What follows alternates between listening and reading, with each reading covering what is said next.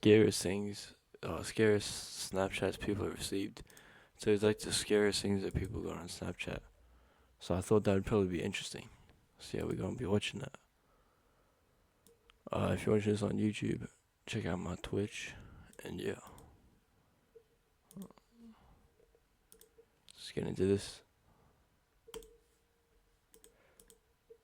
Snapchat has become a staple in today's social media world. It's a convenient way to contact friends and keep in touch with people.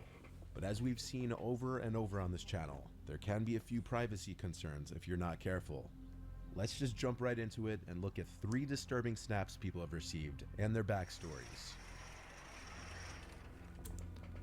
Bedroom window. That sounds bad.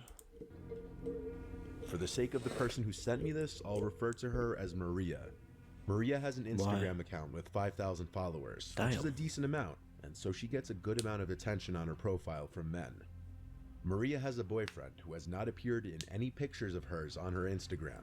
Maria also had her Snapchat username in her Instagram bio, something a lot of people do to allow their acquaintances and friends to add them on the app with ease. This can also open the door. Acquaintances? What kind of fancy word is that? Do to allow their acquaintances and friends to add them on the app with ease. This can also open the door to unwanted contact, though. Although she didn't add everybody back who added her on Snap, she at one point had her privacy settings set to allow all people to send her messages and snaps, even people she didn't add back. So, somewhat often she'd receive messages and snaps from random guys, usually guys that followed her on Instagram. In her words, often older and creepy looking. But is that EDP? Who's that? According to her, even younger guys manage to look creepy by taking weird angled selfies in dark rooms. Usually the snaps were pretty harmless like this, but one day she received a snap that would lead to her getting the police involved. Maria lives with her family, but often stays at her boyfriend's first floor apartment. This location is not known to anybody except for her close friends who know of her boyfriend, making it all the more disturbing when she received this snap. It was a picture taken through the window to her boyfriend's bedroom. At the time the photo was taken, it's hard to see it in the dark, but Maria was in the bed napping. Oh no, I'm getting out of there. It's nighttime for me. It is nighttime for me right now. I have the light on though. Well, this is like scary. Her boyfriend was in the living room watching football. There was no caption to the Snapchat, making it appear to be some kind of subtle threat. Maria didn't open the snap until much later in the night while going through snaps she'd received from various people she didn't know. By this time, it was a couple hours after the snap had been sent. She panicked and screenshotted the snap and showed it to her boyfriend. From here, he replied to the account on her phone, asking who is this. Upon adding the person back, they saw the account had a pretty high snap score, which for those of you... John? What kind of haircut is this, bro? Yuck, bro. And what kind of name is John? You who may not know, a person's snap score represents how many times they have received or sent a snap. This account having a snap score in the 50,000 range meant it wasn't likely just a random spam account. The person replied, John, LOL. Maria's boyfriend replied back, we're calling the police, and John replied, "K, cool, let me know if you need help calling them." Bro, this guy does not care. What? After this, the account blocked her, and the couple were left to wonder who this person was. A search through Maria's Instagram followers turned up multiple Johns, but with no last name on the account, it would simply be a guess as to who it could be. That same night, as the couple was sleeping, a crash from the living room woke them up. As Maria's boyfriend ran to check the source of the noise, he found it was the dining room window, which had been shattered, and on the floor was a house brick, presumed to have been taken from a house being renovated down the block. What? If the couple didn't have a case before, they definitely did now, and they called 911 to report the incident. Now that a police report had been made, police would subpoena Snapchat for information on this person's account in hopes to locate the person. The couple was assigned a detective to their case who was supposed to help in identifying the mystery person. However, as the days turned into weeks, little to no information was given. It did become apparent, however, that the Snapchat account had been either deleted or banned because it no longer came up under search results. Currently, Maria and her boyfriend have no idea who this person was, and That's weird. So he was never caught? What? Thought of it being a prank by a friend was out the window when their window was literally shattered by a brick. It can boil down to a stalker being jealous of her boyfriend, but this would also mean that Maria was followed to her boyfriend's house, and that the perpetrator would know where she lives as well. Luckily, with security cameras becoming more prevalent on houses, these kinds of crimes are becoming more difficult to get away with. But in cases like this, where there's an absence of any cameras, unfortunately people may still be able to pull these kinds of crimes off. 3 months later, and Maria and her boyfriend haven't seen any new activity at either of their homes.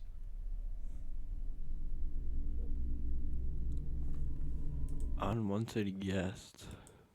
This next story comes from a college student named Tom from the University of Kentucky. Tom shares his location on the Snap Map feature, which if you've been around my channel for a while, you know how things can sometimes turn out with that. Tom lives in a house off campus with 4 friends in a downtown area by a bunch of bars. The squad of guys often walk to and from these bars at night on the weekends. The night in question was no exception. Tom was on his way home from a nearby college bar, about a 15-minute walk from the house. At some point while walking home, he was on a quiet residential street with woods on one side, and he heard someone walking behind him. He turned to see a man holding out something in front of him, walking about 10 meters behind him. What? He couldn't tell what he was holding, but he didn't stare for too long because he didn't want to draw negative attention to himself. He noted that something about the sight of the man seemed ominous, though. The man was behind Tom for a while, until he turned to the block with his house on it. At some point before making it back, the man was no longer behind him, at least not that he thought. It was only after he made it back inside the house that he got a notification that he received a snap from his friend Luke, one of his housemates, who was home at the time. Luke had lost his phone that night though, so receiving a snap from his Snapchat account meant that somebody had his phone. Tom called his housemates downstairs before opening the video. He also turned his screen recorder on to capture the snap, and this is what they saw.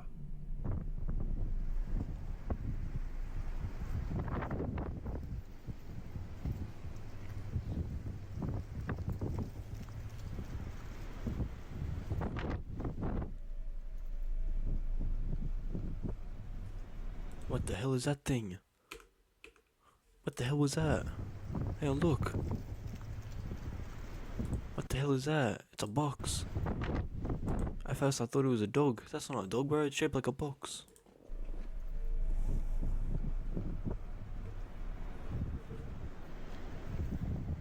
The snap was a video of Tom walking down the street towards his house. It was the man he had seen walking behind him, and what he was holding out in front of him was apparently Luke's phone. They had the idea to check the location of Luke's phone on the Snap Map, since he had his location enabled, as did Tom.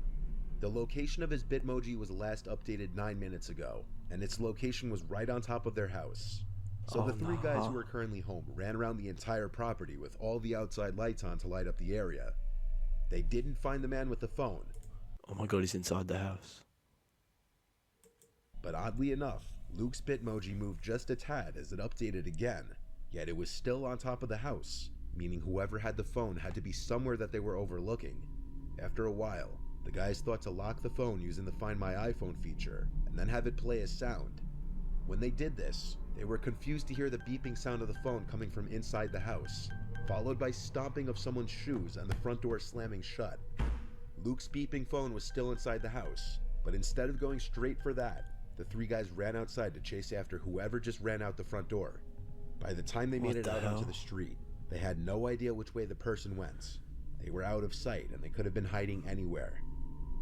After checking the neighbors' yards, the guys went back inside to retrieve Luke's beeping phone, and Tom claims they found it right in the pantry closet, meaning the man was hiding in there for however long. At first, one could have maybe assumed that the person who had the phone was trying to return it, until it was discovered that that person was literally hiding in their house. Assuming all the details in the story are true, if I had to guess, the man who had stolen Luke's phone knew who he was somehow and was following Tom through his SnapMap Bitmoji location all the way up to their house. There are some missing details though, like how the phone was stolen, what the method of entry to the house was, and if Luke and the rest of the guys in the house had any sort of enemies or people out to get them. No police action was taken apparently. Damn, that was... Bro, imagine you get like a photo and it's just like you Like someone like takes a photo of you and sends it to you, but like you don't know who that person is. I'd start freaking out, bro. In 2015, an Australian Redditor with username Skinna555 took 3 Snapchat videos of his parents' exotic birds and put them on a Snapchat story. Okay. What followed next was downright disturbing. Skinna and his girlfriend recently moved into his childhood home with his parents, while their own house was Scary ass looking castle, bro. You see that? That's a scary looking castle. Why'd you ever want to live in like there? Like, being built. Skinna's parents owned 3 Australian parrots, and one night while he was home alone, he uploaded 3 Snapchat stories showing off the birds, since many people always asked about the birds. Snapchat stories showing off the birds, since what is that? That better just be a pattern on the door, bro. many people always asked about the birds. I'd say the first one of my parents' little birds Is that the same door? is this little guy. It is little Leo. He's a cockatiel. The second little bird of my parents is a rainbow lorikeet. His name is Oliver. And there he is. And here I am with my good little mate, Puffin. Yo, mate, you gotta start looking. You gotta start looking behind you, bro. There's something in your door. About 15 minutes after uploading the videos to his story, Skinna receives a text from one of his friends. And at the bottom of it, it says, "By the way, what was that in the window behind you in the last one?" So after seeing this text, he went to rewatch the clips a couple of times and opened them on his computer to get a larger and clearer view of the videos. In the last snap, it almost appears as if someone is at the door, That's definitely something. looking in with their hands cupped against it. But it's hard to say for sure because of how briefly the door is in the frame. But Why whatever the it hell was, would there be a it jump was scare, not in bro? the first snap when that same door was in full frame. Skinna was home alone at the time, and to add to the mystery, that door led to the backyard, which was only accessible through a single gate which had been locked. The theory Oh, that it no. might have been a reflection doesn't hold up, because the sliding glass door was half open, and all that stood between the figure and the inside of the room was the fly screen door, which would not have been able to cast any reflections. Whatever was at that door moved in the matter of seconds that passed between the first and third snap. When Skinna was a young child, Yo, what is around that? 10, he started to commonly experience sleep paralysis, which could get so intense that he'd find himself often not being able to breathe for short periods. Okay, I don't need the scary music, bro. What the hell's that? Oh no. Oh no. Nah, I'm gonna be honest, I'm not finishing this. Hell no. I'm scared, bro. It's 11 p.m. right now for me. I'm scared. Hell no, I'm not finishing that video. Hell no. See you tomorrow.